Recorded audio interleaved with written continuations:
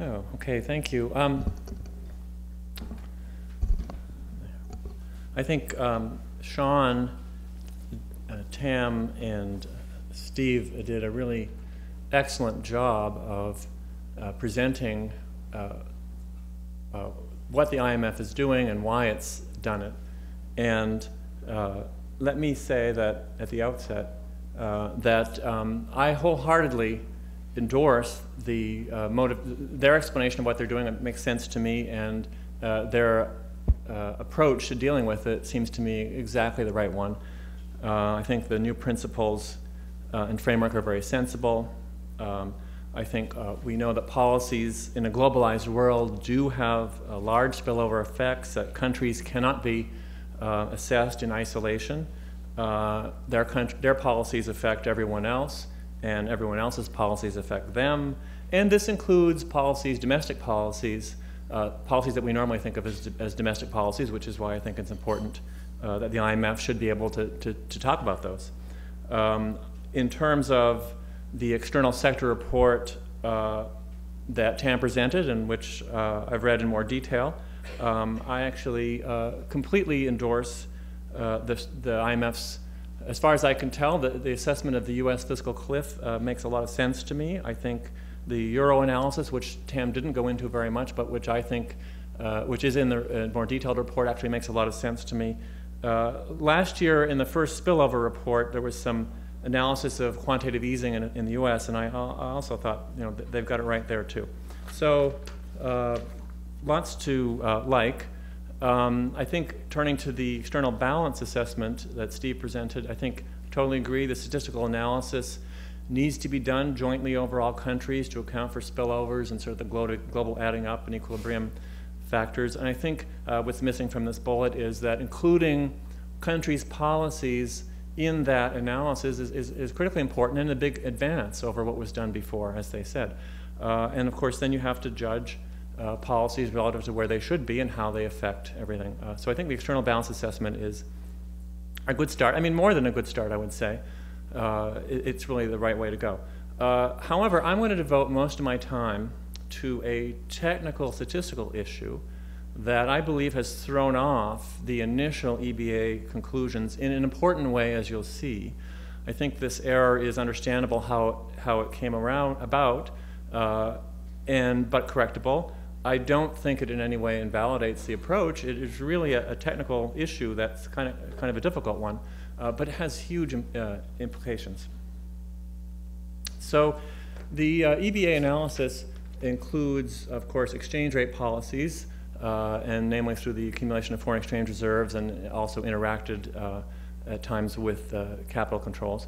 I believe that they have greatly understated the importance of this policy and of other official financial flows. I actually think that it's best to look at all actions of government in the financial area. So it's not just reserve accumulation, but it's external borrowing and repayment, and it's also sovereign wealth fund accumulation by governments. So I think all these policies should be considered. Surveillance should consider all policies, external and domestic, but exchange rate policy is the one area in which IMF members have specific obligations, as Sean said. Article 4 says a member shall avoid manipulating exchange rates to gain an unfair competitive advantage. There is still, in the IMF articles, a special place given to external and particularly exchange rate policy. So we all know that there current account imbalances grew to record levels in the 2000s. They've tailed off a bit. It seems to be partly cyclical.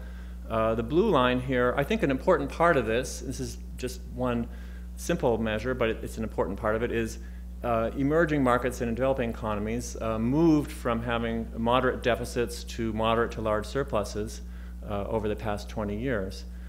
This occurred at a time in which net official flows, what governments were doing, also moved up by about an equal amount, and the private sector basically had no trend. So this is the background. Already it's one simple piece of evidence. So I don't have time to go through this correlation table, but let me just say the note at the bottom here. As I said before, I'm going to talk about official flows, including an estimate of sovereign wealth fund flows on top of reserve accumulation and on top of external debt. I'm going to also, another interesting, another I think useful thing to do is the way the data are collected when a country like China buys the reserves, that's considered an official outflow of capital from China. It's not recorded as an official inflow of capital to the United States. I don't think that actually makes sense for these purposes. And so I allocate official reserve accumulation of countries to the recipient countries based on the IMF COFR data. Now, I don't do that for the sovereign wealth fund or the external debt data because I just simply don't have, we don't have data. It's a gap in our data. Okay, so I don't want to get into too much technical detail either, but we know that the current account by accounting identity equals the financial account, which can be divided into net official flows and net private flows. That's the first equation up there. But all these variables are endogenous and influence each other. And so you can't just say that the net official flows show up one for one in the current account, because they actually could influence net private flows. So what the EBA model does, and Steve showed you this regression, is it regresses the current account, that's that second line, on a measure of policy, on official policy, or reserve accumulation is what they use, but I would prefer a broader measure, net official flows, and other underlying factors which are exogenous. Now, not the exchange rate, which is endogenous. The exchange rate is actually the variable that keeps the top equation holding, but try to get at more exogenous factors. Now, this is a legitimate regression in a pure floating exchange rate. You can run this regression as is. But as Steve knows in the EBA, and we're all aware, pure floating exchange rates are extremely rare. In most cases, countries do care about their exchange rate, either fixed or managed. In that case, you can get a bias. But the important thing to note is a bias could go in either way. And I believe some of the data and the evidence on the previous slide, which I couldn't talk about, actually suggests that the most likely bias by far is a downward bias. Okay, so what the EBA does, what you're taught to do in statistics when you have this kind of problem is you use instruments for the variable that's endogenous. And so the EBA uses the lagged official flows and the current VIX, which is an index of stock volatility in the US. Well, actually, I think that's the wrong variable to use an instrument, because what you don't want is a variable that's correlated with private financial flows. That will bias your result down. Okay, so you need flows that are more sort of underlying factors that could explain why countries might want official flows. I have listed some instruments that I've used instead. It's not very sensitive. They're pretty much all lagged except the fiscal balance, but it's not sensitive to dropping that. And so some other statistical issues are, the most important one is that in addition to, I think, inappropriate instruments, there are some variables in the EBA regression which actually I don't think belong there separately. They actually are components of official flows or proxies for official flows. And in particular, the one I would draw your attention to, there's a variable in there which is oil exports, net oil exports, but only for countries whose oil exports are very large relative to GDP. Well, those are the countries that have big sovereign wealth funds. And you know, if you put that in there, you're just taking away that element of official flows out of the, assigning it to something else in the regression, and I think that's not right. That's going to bias down your effect. There's some other variables too that I question. Let me move on in the interest of time to the data. So what we have is, I'm showing here for 5 countries, going from left to right, United States, Switzerland, Ethiopia, Philippines, and China.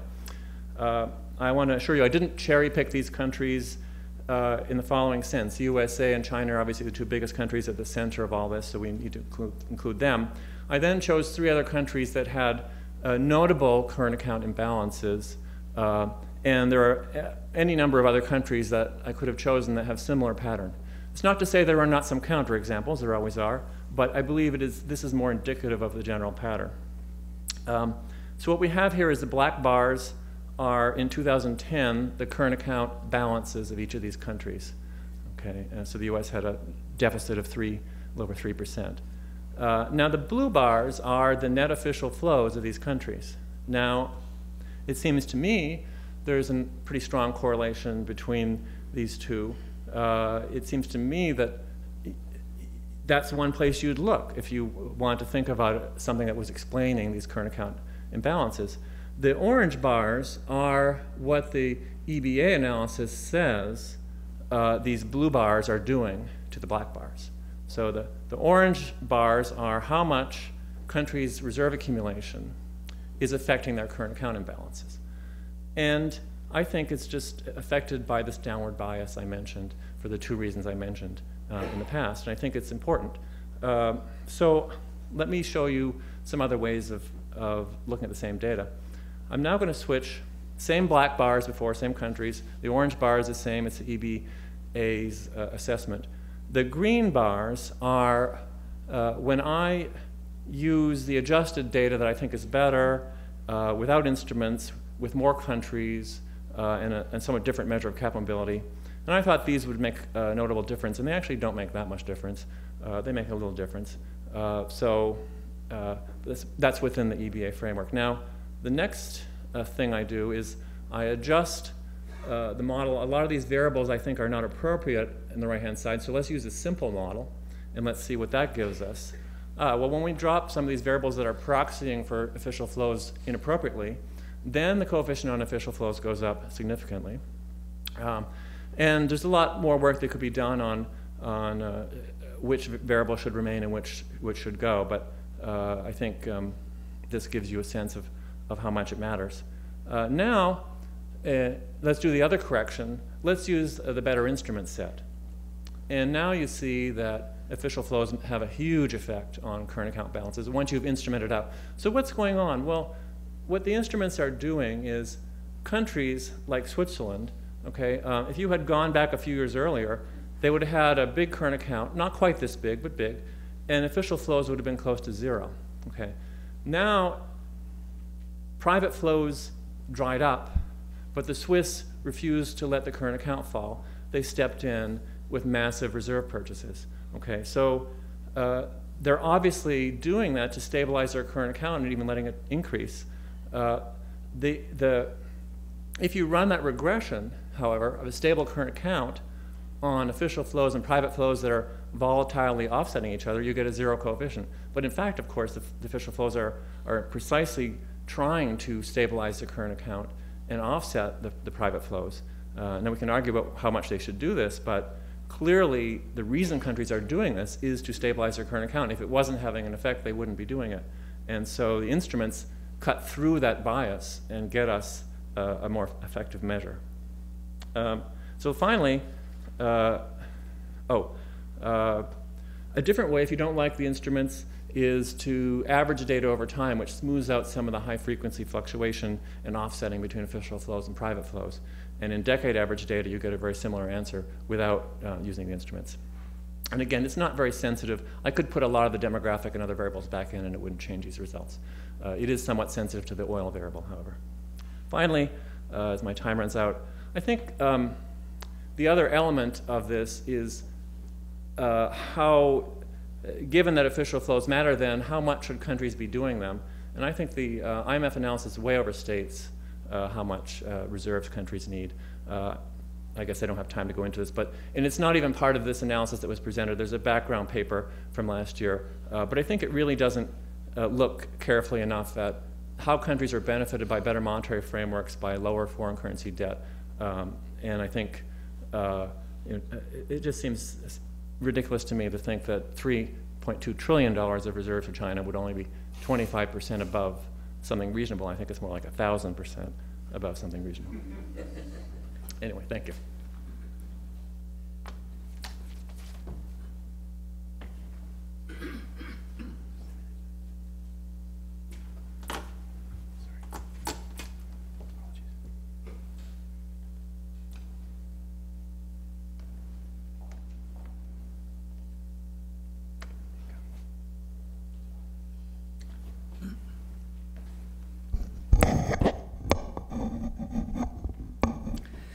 Thank you very much. Well, like Joe, I very much welcome the fact that the IMF is now developing techniques for judging what countries should be doing, as opposed to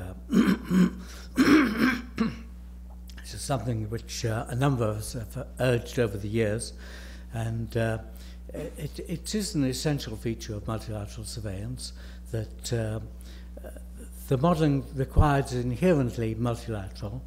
I think that, however, that the suspicion is that this approach isn't quite as novel as the IMF has tended to claim, that in fact, if one goes back to earlier periods, one could feel that there was an attempt to say whether countries were accumulating excess reserves, and that has not been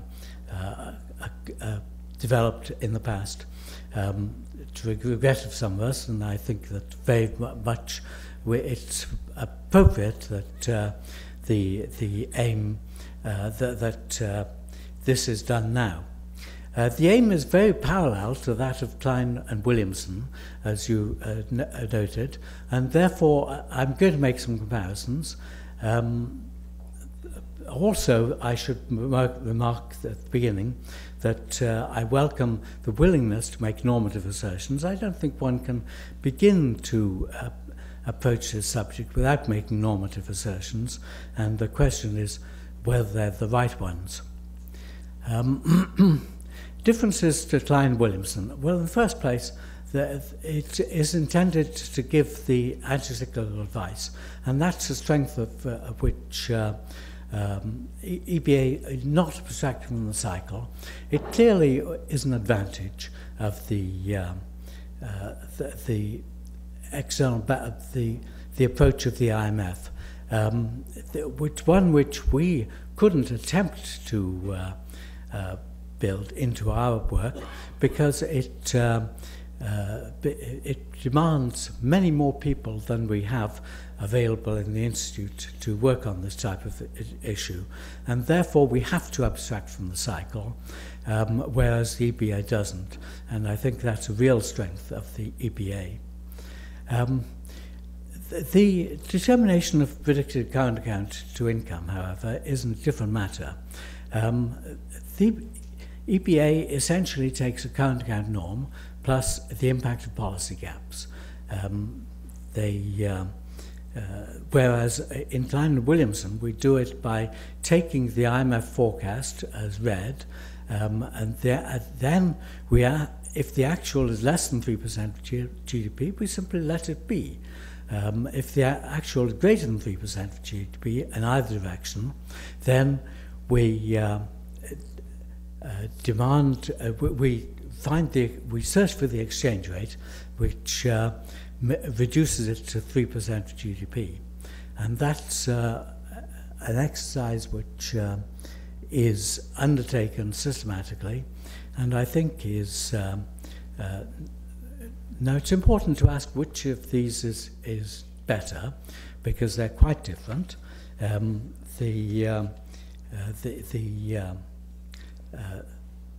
think the important question to ask about EBA is whether all the relevant policies have been covered, and whether, as regards the exchange rate approach, whether the target exchange rate is feasible, because that is indeed, I'm not sure that that's the relevant question to ask in comparing, but I think that one should look at those differences. Now, the oil producers, okay, we cop out as well. Klein and Williamson also cop out. And I think that that's an ongoing task to ask what should happen to the oil producers, how they should be factored into the analysis. And I don't think the IMF does it, and we don't do it either. We don't claim to. The IMF calculates a normal current account position, and a major argument is the net financial assets. Sweden doesn't fit, admittedly, so that then a country which has had a large net surpluses in the past has built up its net financial assets, and hence it gets justified to have a large surplus in the future. And I think that's wrong. A large current account surplus in the past justifies a large current account surplus in the future, and it's quite explicit in Method 3, but even in Method 1, that's the result of, in fact, this focus on having the perpetuating the large current account. Well, what's an alternative approach? I think explicitly and solely normatively in drawing up objectives. Regression tell you what was, not what should be, and so I don't, in fact, think that having a large current account surplus in the past should be automatically, therefore, reproduced in the future. One should ask the question, is that in fact desirable? If net financial assets enter at all, then it should be symmetrical. And since the limit of 60% of GDP in the downward direction, there should be a limit of 60% of GDP in the upward direction. Now, I can see a case for limiting the rate of decline. One doesn't expect Switzerland to reduce its net financial assets from 200% of GDP to 50%, 60% overnight, but equally continuing indefinitely, I think, is wrong. In fact, there was a major difference in the approach is that we saw the rate of decline happening much quickly. Now, there's a secondary worry that I have as well, and that's whether the IMF has covered the main policy instruments. Because what the IMF has is fiscal policy, social spending, for which they take health spending as they in fact use health spending, but social spending more generally it is what they admit is conceptually preferable. Then they have capital controls and reserve accumulation.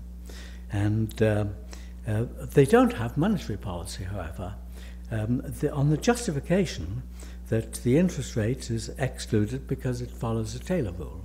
The assumption is that it follows a Taylor rule. And that is, and in that case, the Taylor rule reacts systematically to the output gap, and so the output gap is included. And so therefore, they argue that you don't need to include the monetary policy as a variable. What if the interest rate is in fact used as part of a Mendelian policy mix instead of deliberately to influence the exchange rate? That's not then in the IMF analysis. And there's no presumption that the economy is guided to full employment in the medium term. I think that also is a worry. And then I would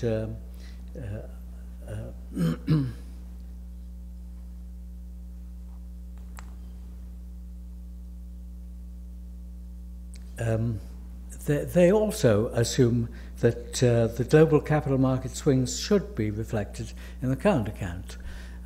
It's not obvious to me that if one, insofar as one can predict the current account and these global swings, one doesn't want to have capital market swings reflected in them. They should be reflected in reserve changes instead.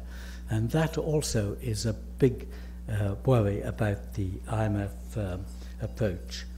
And then finally, I'd mention the worry that this doesn't seem to be consistent with the reference rates, the idea that one should be targeting a particular rate of exchange and should then react to deviations from the exchange rate in particular ways. I don't see that here.